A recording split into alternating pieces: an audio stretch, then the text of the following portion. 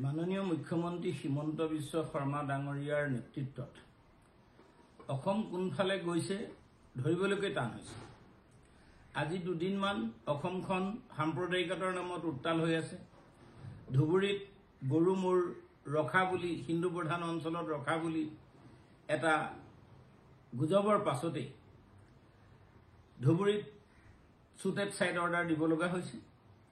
কিন্তু shoot at site order দিব লগা পিছতো আজি লখিমপুৰত আকৌ পুনৰ গৰুৰ মূৰ পোৱা গৈছে।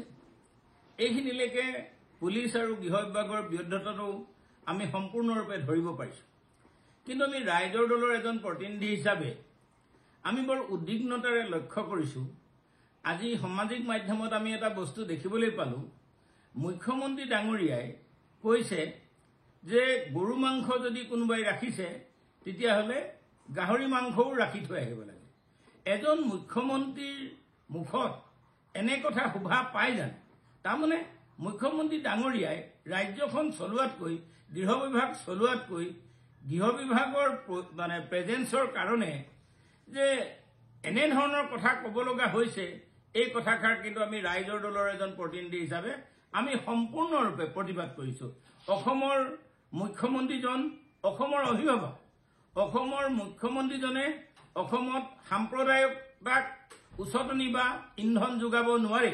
কিন্তু আজিৰ যিটো ষ্টেটমেণ্ট, কোনোবাই যদি গৰু মাংস ৰাখিছে তেতিয়াহ'লে গাহৰি মাংসও ৰাখিব লাগে বুলি কোৱা কথাটো সম্পূৰ্ণ এটা অযুক্তিকৰ অসাংবিধানিক আৰু এজন মুখ্যমন্ত্ৰীৰ মুখত এই কথা সুবিধা নাপায়।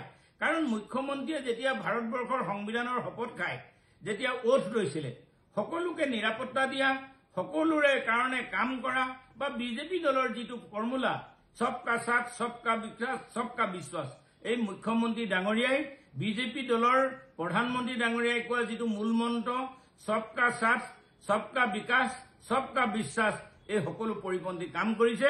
মুখ্যমন্ত্ৰী ডাঙৰীয়াক আমি এনেধৰণৰ ঘটনাৰ পৰা এনেধৰণৰ কথা কোৱাৰ পৰা বিৰত থাকিবলৈ আমি আহ্বান জনাইছোঁ। অসমখনত এতিয়া যেনিয়ে চাই হত্যা হিংসাৰে ভৰপূৰ হৈ আছে। আজি দুদিনমানৰ আগতে স্পিতা দাস এগৰাকী বহিলে, নম্ৰতা বৰাই ৰাতি 1:30 বজাত ঘৰৰ পৰা ওলাই গ'ল, একেখন গাড়ীতে এজন যুৱকৰ কোলাত বহি গ'ল। গতিকে ৰাস্তাত কোনো গৃহ বিভাগ নাছিল নেকি? গতিকে গৃহ বিভাগৰ উপস্থিতিটো কেৱল শ্বুট এট ছাইট, গৃহ বিভাগৰ উপস্থিতিটো কেৱল উচতনি দিয়েই গৃহ বিভাগ থকাটো বুজাব নালাগে। আমি মুখ্যমন্ত্ৰী ডাঙৰীয়াক ৰাইজৰ দলৰ তৰফৰ পৰা এনে কাম নকৰিবৰ কাৰণে বিৰত থাকিবৰ কাৰণে আহ্বান জনাইছোঁ।